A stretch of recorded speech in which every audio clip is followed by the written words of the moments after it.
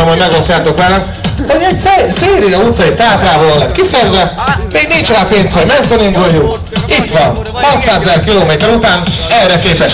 Mennyi munkaóra van egy ilyenben? Nem tudjuk, igen sok.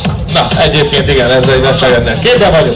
De az biztos, hogy feltűnő jelenség, és hát az a 13-as idő az annyira nem is vészes.